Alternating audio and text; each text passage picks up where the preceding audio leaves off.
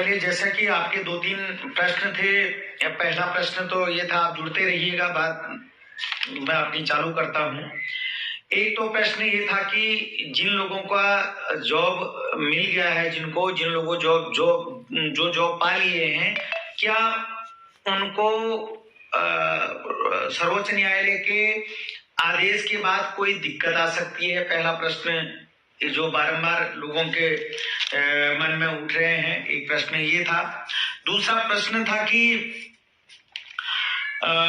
क्या बीएड जो प्राथमिक शिक्षक के लिए 28 जून 2018 का जो गजट नोटिफिकेशन उनका रद्द किया है, उसी तरीके से क्या एनआईएस डीएलएड भी प्राथमिक शिक्षक भर्ती से पूर्ण रूपेण बाहर हो गया है, और आगे की रणनीति क्या है? इस ढंग के तमाम तरह के आपके प्रश्न थे, जिन प्रश्नों का मैं सामने आकर के अपने ट्विटर के माध्यम से लोगों को बताने का प्रयास करूंगा।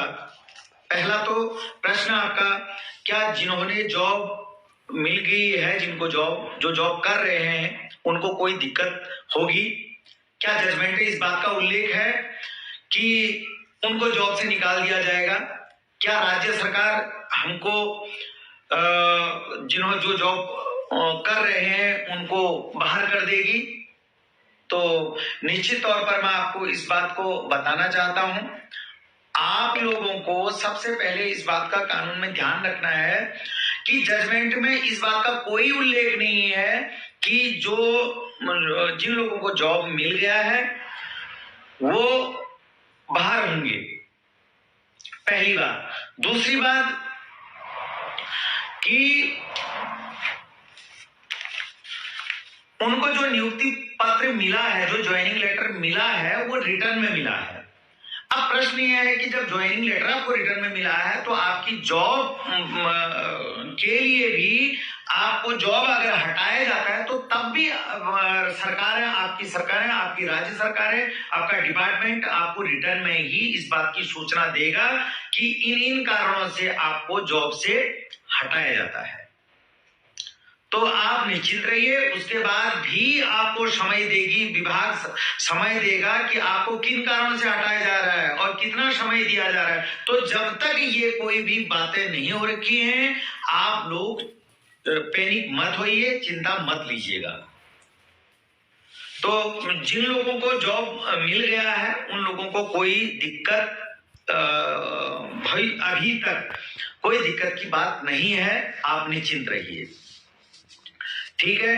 जब तक कि आपको रिटर्न में कोई नहीं लेटर मिलता है, सरकार आपको नोटिस नहीं देती है, उसके बाद भी आपके पास कानूनी दरवाजे पूरे खुले रहते हैं, क्योंकि कानून में, जजमेंट में इस बात का कहीं पर उल्लेख नहीं है कि जिन लोगों को जॉब मिल गया है उनके प्रति क्या कार्रवाई करनी है, उनको हटाया जाना है या उनके प्रति कोई नकारात्मक कोई और कार्रवाई जो करी जानी है, ऐसा कोई भी बात जजमेंट में नहीं लिखा गया है। एक बात, ये बात सभी लोग दृढ़ता के साथ, मजबूती के साथ इस बात में विश्वास रखिएगा। दूसरी बात, आपने एक प्रश्न और किया था, क्या जो बीएड का, राजस्थान बीएसटीसी और बीएड का जो मैटर था, जिस प्रकार से बीएड प्राथमिक शिक्षक से बाहर हुआ है और पूरे देश में बाहर हुआ है, क्या एनआईएस भी उसी कैटेगरी में आता है? क्या एनआईएस के साथ भी ऐसा ही हुआ है? मैं बिल्कुल आपको इस बात के लिए मजबूती के साथ ये कहना चाहता हूं, बिल्कुल नहीं। एनआईएस को पार्लियामेंट में बिल पास करके पूरे संवैधानिक जो कानूनी जो दायरे थे, उन दायरों के तहत वो सीढ़ी बाय सीढ़ी चढ़ते हुए हमको ये प्रशिक्षण किया गया है, दिया गया है। ये प्रशिक्षण हमने ये प्रशिक्षण पार्लियामेंट में बिल पास होने के बावजूद भी ये प्रशिक्षण को प्राप्त किया है। आप चाहें, आप यूट्यूब में गूगल करके किसी तरीके से आप देख सकते हैं। पार्लियामेंट में तत्कालीन जो शिक्षा मंत्री थे आदरणीय श्री प्रकाश जावड़ेकर जी, उन्होंने इसमें विस्तार से चर्चा करी और जो भी सांसद थे वो राज्यसभा के थे, लोकसभा के थे, उन्होंने भी उसमें अपनी टिप्पणियां दी। और आरटी रूल का हवाला देते हुए यह प्रशिक्षण हमको प्रदान किया गया था। तो इसलिए कानूनी प्रत्येक पहलू को ध्यान में रखते हुए यह प्रशिक्षण हमको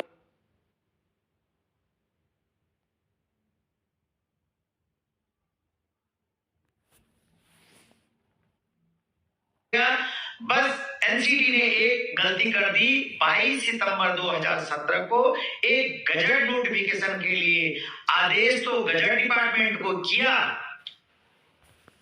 पर जो विश्वस्त सूत्रों से जानकारी प्राप्त हुई थी उस समय जो वहां के डायरेक्टर थे सतीश गुप्ता जी, उनके द्वारा आदेश तो जारी हुआ, पर वो आदेश उनका स्थानांतरण होने के कारण वो फाइलों में दबा रह गया और वो अमली जामा उसमें नहीं पहनाया गया, गजट नोटिफिकेशन नहीं हुआ।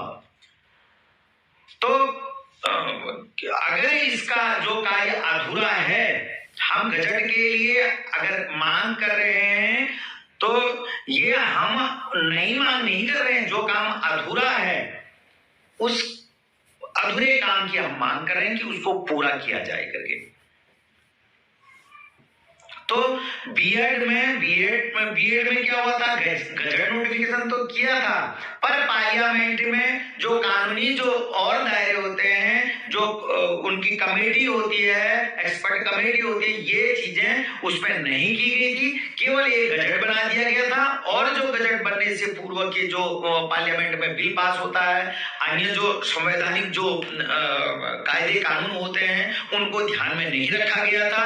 इसी कारण उनका गजट नोटिफिकेशन रद्द हुआ और जबकि हमारे पूरे स्टेप फॉलो किए गए थे, केवल गजट का कार्य नहीं किया गया था। तो आप लोगों को बिल्कुल दृढ़ मजबूती के साथ मैं कहता हूं कि इसका गजट नोटिफिकेशन बनेगा, 101% बनेगा, ये मैं आपको बिल्कुल दावे के साथ कह रहा हूं।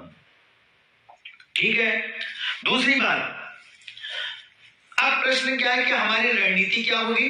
हमारी रणनीति केवल इतनी है कि हमको अपना मानव संसाधन मंत्रालय, केंद्रीय शिक्षा मंत्रालय द्वारा एनसीटी को जो उन्होंने अधूरा काम अपना छोड़ रखा है उस कार्य को पूरा करवाने के लिए आदेश करवाना है। क्योंकि जो अभी के चेयरमैन है, डायरेक्टर हैं, जो पुराने थे वो बदल गए हैं, इसलिए उनका कहना है कि जब तक हमारे लिए आदेश नहीं आते हैं तब तक हम इस कार्य को आगे नहीं बढ़ा सकते हैं।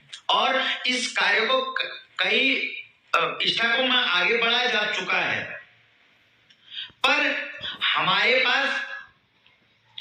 पास जो कानून की जो टाइमिंग है, कोर्ट की जो टाइमिंग है वो 1 महीने की है। 1 महीने में भी इतने दिन गुजर गए अभी।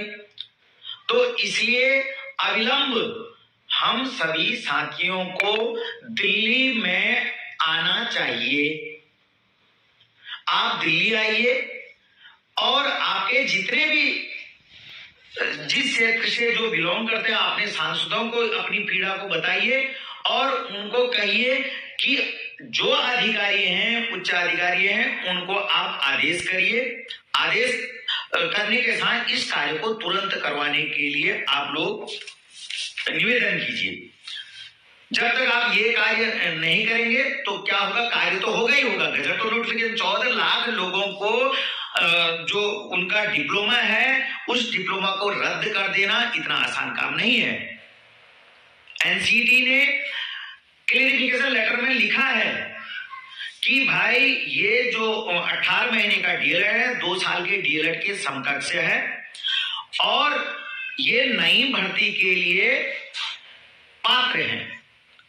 16 दिसंबर 2020 को की जजमेंट में इस बात का जज साहब ने स्वीकृति दे रखी है कि इसका गजट नहीं बना है, जबकि हम इस बात की उनकी कोई निंदा नहीं कर रहे हैं। उन्होंने अपने विवेक से जो जजमेंट दिया है उसको हम स्वीकार करते हैं।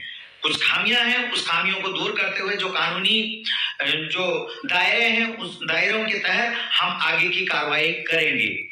उसमें जज साहब ने लिखा है कि इसका गजट नोटिफिकेशन नहीं बना है तो हम गजट नोटिफिकेशन इसका करवा करके लाएंगे और करवाने के बाद हम इसका रिव्यू फाइल करेंगे। जिसका 1 महीने का टाइम है, तो 1 महीने से पहले पहले हमको गजट की प्रक्रिया पूरी संपन्न कर लेनी है, जो कि होगी।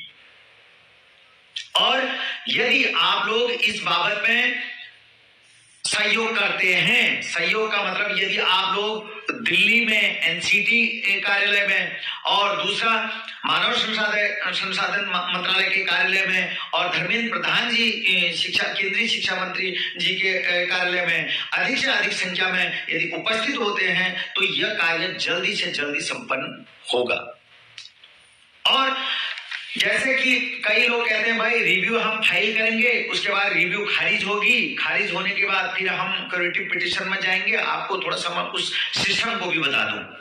सबसे पहले जब रिव्यू फाइल होता है, जैसा लोगों का कहना है, जैसा अधिवक्ताओं का कहना है, 90% रिव्यू खारिज होती है। पर हम आप लोगों को बताना चाहता हूं, मैं व्यक्तिगत तौर पर अपने अधिवक्ताओं के संपर्क करने पर उनके द्वारा ये कहा गया, यदि इसका गजट बनता है, निश्चित तौर पर ये हमारा जो जजमेंट है ये पलटेगा, ये हमारे सपोर्ट में आएगा और आना है। तो हम रिव्यू उन्हीं जज के बाद, जो जज पहले से इसमें सुनवाई कर रहे थे, रिव्यू फाइल करेंगे गजट के साथ। दूसरी बात, पहला प्रश्न जैसे कि रिव्यू अगर खारिज होती है, फिर क्यूरेटिव जो पिटीशन होती है उसका प्रोसेस क्या होता है। उसमें 3 जज होते हैं जो उस जजमेंट का, जो पूर्व में जजमेंट 28 तारीख को रिजर्व जजमेंट निकला था, उसका अवलोकन करते हैं। उसमें हमारे द्वारा अधिवक्ता जो होते हैं वो उसमें पैरवी नहीं करते, केवल वो उनका एक अध्ययन करते हैं कि वास्तव में क्या ये जजमेंट जो दिया गया है जजों के द्वारा, ये गलत दिया गया है या सही दिया गया है। यदि उनको ये लगता है कि यह जजमेंट गलत है, तो वो हमारे अधिवक्ताओं को आमंत्रित करते हैं कि आप इसमें आर्गुमेंट के लिए, बहस के लिए सामने आइए। हमारे अधिवक्ताओं को ऐसा बोला जाता है। और साथ में 3 जजों के साथ 2 जज जो पहले से ही इसमें इन्वॉल्व थे, उन जजों को भी इसमें आमंत्रित किया जाता है। और जब सुनवाई होती है, टोटल 5 जज होते हैं उसमें। तो आप लोगों को इस बात से मैं बिल्कुल भली भांति अवगत करवा दूं, इसका गजट निश्चित तौर पर बनना है। यदि इस बात को मंशा अगर अपना केंद्रीय शिक्षा मंत्रालय की नहीं होती, MHRD की नहीं होती, NC की नहीं होती, अभी तक उन्होंने सुप्रीम कोर्ट का जजमेंट अपने साइट पर अपलोड कर दिया होता। और दूसरी बात कि मेरे द्वारा जो कार्य किया जा रहा है, थोड़ा उसमें आपका अगर सहयोग मिल जाए, सहयोग की आपको अधिक से अधिक संख्या में दिल्ली में पहुंचना है और इस कार्य को जल्दी से जल्दी संपन्न करवाना है, एक बार। दूसरी बात, जो जिस क्षेत्र के हैं वहां के सांसद और राज्यसभा के और लोकसभा के जो भी सांसद हैं, उन सांसदों को आप चाहें तो पत्र के माध्यम से, या आप चाहें तो सचिव को दूरभाष के माध्यम से, शिक्षा मंत्री जी को दूरभाष के माध्यम से, किसी भी तरीके से आप अपनी पीड़ा को बताइए। और जो 22 सितंबर 2017 का मान्यता का और गजट नोटिफिकेशन के लिए to be published in gazette of India करके जो एनसीटी ने अपना पत्र बना रखा है मान्यता का, उस पत्र का हवाला दीजिए। निश्चित तौर पर ये काम जल्दी से जल्दी संपन्न होगा। मैं अपनी बात को ज्यादा ना कहते हुए इतना ही कहूंगा कि मेरे अधिवक्ताओं ने मुझे इस बात के लिए बिल्कुल एक विश्वास दिलाया है, यदि इसका गजट बनता है तो निश्चित तौर पर जीत हमारी होनी है और गजट बनना भी निश्चित है। तो अपनी बात को इतना ही मैं करता हूं और आप लोगों से एक साथ में निवेदन करता हूं। मैं लगातार अपने ट्विटर हैंडल पर अपने जो बात है NIS DLED की, जो NIS DLED के साथ जो अन्याय हुआ है उसकी बातें, उसकी जो कार्रवाइयां हैं, मैं अपने ट्विटर हैंडल पर डालता हूं। आप लोगों से, सभी लोगों से निवेदन है कि अधिक से अधिक उसको शेयर करें और उच्च अधिकारियों तक, उच्च जो सक्षम व्यक्ति हैं उन तक उन बात को पहुंचाने में आप मेरा सहयोग करें। और और विस्तार में जो आपके प्रश्न हैं या जो आपकी कुछ जानकारियां चाहने की जो इच्छा है, उनको मैं किसी अन्य चैनल के माध्यम से, किसी यूट्यूब के माध्यम से, किसी अन्य जो प्लेटफॉर्म है उसके माध्यम से आपसे रूबरू होऊंगा। और जल्द से जल्द अर्थात सोमवार को पार्लियामेंट का सेशन शुरू होने वाला है, तो आप लोग दिल्ली सोमवार से आइए और इस काम को, जो ये हमारे साथ एक अन्याय हुआ है एनआईएस को बाहर करने का, और इससे हमको मुक्ति पानी है। तो इन्हीं शब्दों के साथ अपनी बात को यहीं पर विराम करता हूं, इस अपेक्षा के साथ मेरे द्वारा कही हुई बात को आप जरूर अमल में लाएंगे और एक सुखद भविष्य के लिए आप एक दूसरे का सहयोग करेंगे। धन्यवाद।